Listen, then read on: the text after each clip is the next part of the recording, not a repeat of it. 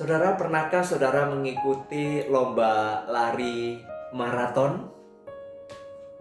Saudara, apa yang saudara harapkan dari maraton? Tentu saudara mencapai garis akhir. Saudara, hidup ini adalah sebuah perjalanan, namun juga hidup ini adalah peperangan rohani. Bagaimana kita menjalankan kehidupan ini? Bagaimana kita juga bisa menghadapi di dalam peperangan rohani ini? Mari kita membahasnya di dalam Inspiration Today.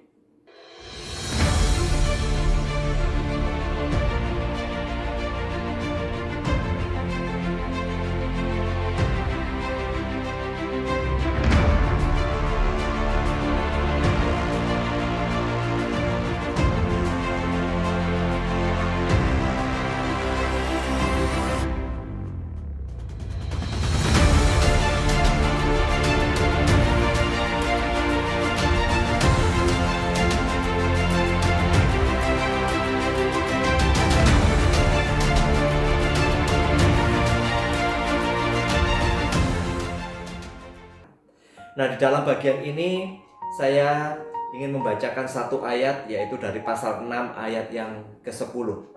Akhirnya hendaklah kamu kuat di dalam Tuhan, di dalam kekuatan kuasanya. Saudaraku, sewaktu saya masih remaja, saya suka mengikuti kegiatan gerak jalan lintas alam, yang mana rute itu adalah melewati desa-desa, persawahan, lembah, dan bukit.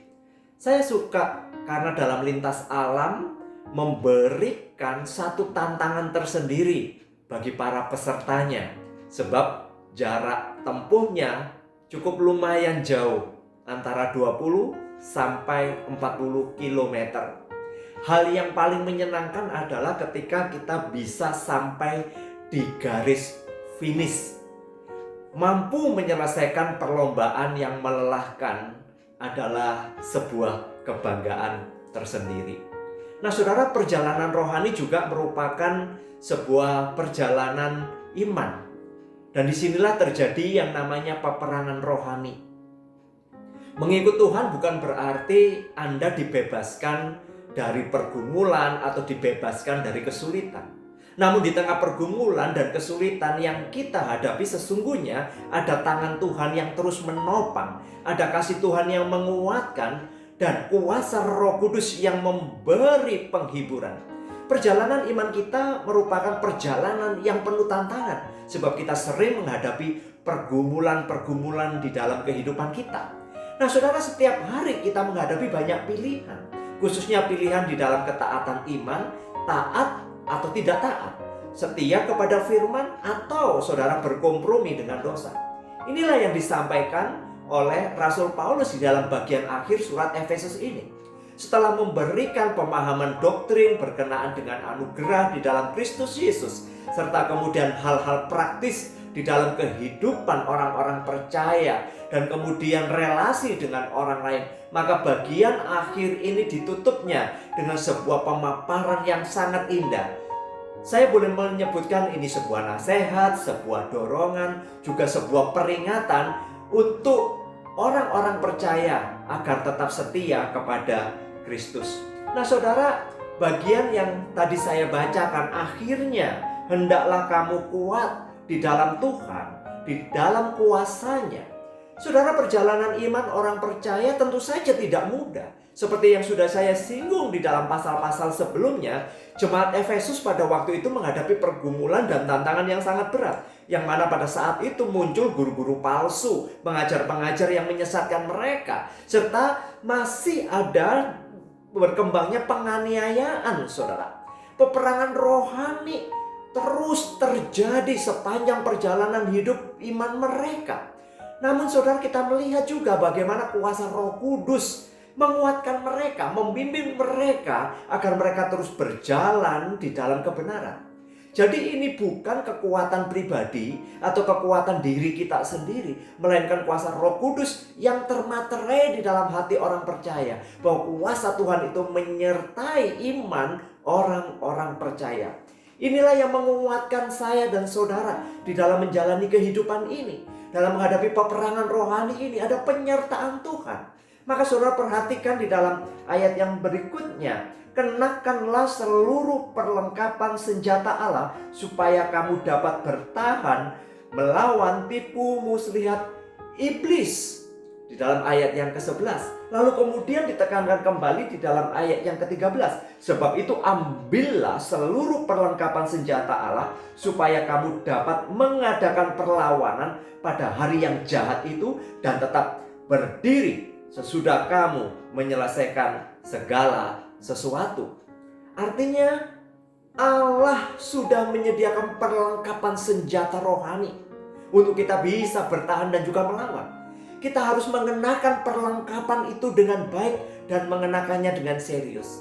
Sebab lawan yang kita hadapi bukan darah dan daging, melainkan kuasa-kuasa kegelapan, yaitu iblis, roh-roh jahat yang hendak menyesatkan hati orang-orang percaya. Iblis akan banyak melakukan tipu daya sehingga kita bisa terjebak dan termakan umpan-umpan yang ditawarkan oleh iblis. Gambaran yang dipakai oleh Rasul Paulus adalah seperti seorang prajurit, mulai dari ayat 14 sampai dengan yang ke-18. Jadi berdirilah tegap, berikat pinggangkan kebenaran, dan berbaju zirahkan keadilan. Kakimu berkasutkan kerelaan untuk memberitakan Injil damai sejahtera.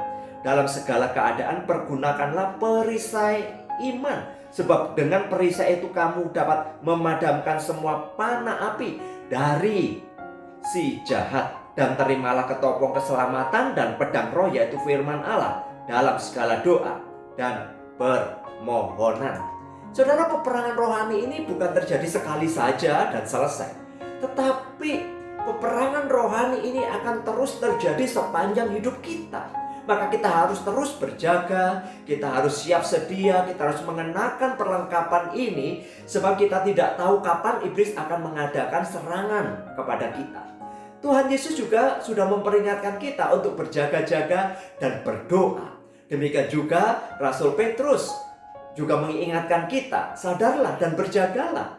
Lawanmu si iblis berjalan berkeliling.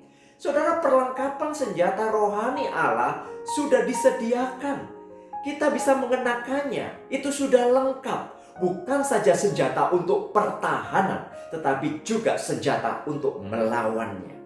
Saudara-saudara, kita tahu, tatkala Tuhan Yesus sendiri dicobai oleh iblis di padang gurun, Yesus melawan iblis.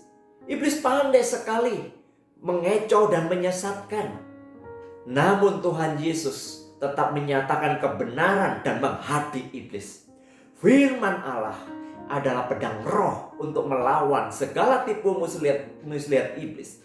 Dan tentu saja kita dapat memiliki ini ketika kita bukan saja membaca, namun juga merenungkan firman Tuhan dan juga melakukan firman itu di dalam keseharian kehidupan kita. Maka saudara-saudara, di dalam ayat yang ke-18 selanjutnya berkata, berdoalah setiap waktu di dalam roh dan berjaga-jagalah di dalam doamu itu dengan permohonan yang tak putus-putusnya untuk segala orang kudus, juga untuk aku. Dalam ayat 19-nya, satu paket lengkap, firman dan doa adalah kekuatan bagi orang percaya, bagi saya dan saudara di dalam menghadapi peperangan rohani ini. Tanpa firman dan doa, kita akan menjadi lemah dan kita bisa tertipu oleh tipu muslihat iblis. Doa juga merupakan kebergantungan kita sepenuhnya kepada kuasa Allah. Sekali lagi saudara, tanpa doa, tanpa firman, kita akan menjadi lemah. Marilah saudara, kita juga saling mendoakan. Sebagai orang-orang percaya, mari kita juga saling menguatkan, saling menopang di dalam doa. Saudara bisa tukar, share untuk saling memberikan pokok-pokok doa. Saudara-saudara, Kristus sudah menang, iblis sudah dikalahkan. Marilah kita terus memandang salib Kristus itu. Kiranya perjalanan rohani kita pada akhirnya bisa mencapai garis akhir dengan baik dan disambut oleh Kristus sendiri dengan berkata, marilah masuk hambaku yang setia. Saudara-saudara, perjalanan hidup kita, perjalanan rohani kita, pada akhirnya kita akan berhenti. Pada akhirnya kita akan selesaikan. Dan biarlah kita terus pada saat ini, selagi di dalam perjalanan hidup ini, kita terus memandang salib Kristus. Tuhan Yesus sudah berjanji untuk menyertai kita. Dan kiranya kasih karunia Allah boleh menopang kita untuk terus setia kepada firman Tuhan, untuk terus dekat kepada Tuhan melalui doa, hubungan intim kita dengan Tuhan, dan kita adalah menjadi pelaku-pelaku kebenaran firman. Mari kita berdoa. Tuhan, di akhir pembahasan kitab Efesus ini, kami diberikan kekuatan, kami diberikan nasihat supaya kami mengenakan perlengkapan senjata Allah, supaya kami bisa bertahan dan melawan segala tipu muslihat iblis. Kami tahu bahwa perjalanan hidup kami banyak sekali hal-hal yang membuat kami bisa jatuh, tetapi dengan kebenaran firman Tuhan, melalui kami berdoa kepada Tuhan, maka sesungguhnya kekuatan itu, perlindungan itu akan kami rasakan. Tolong kami Tuhan untuk melanjutkan perjalanan iman kami sampai kami tiba di garis akhir. Terima kasih, di dalam nama Tuhan Yesus kami sudah berdoa. Kiranya berkat dari Allah Bapa, Tuhan Yesus Kristus, dan Roh Kudus boleh memberkati dan menyertai saudara sampai kedatangannya kedua kali. Amin.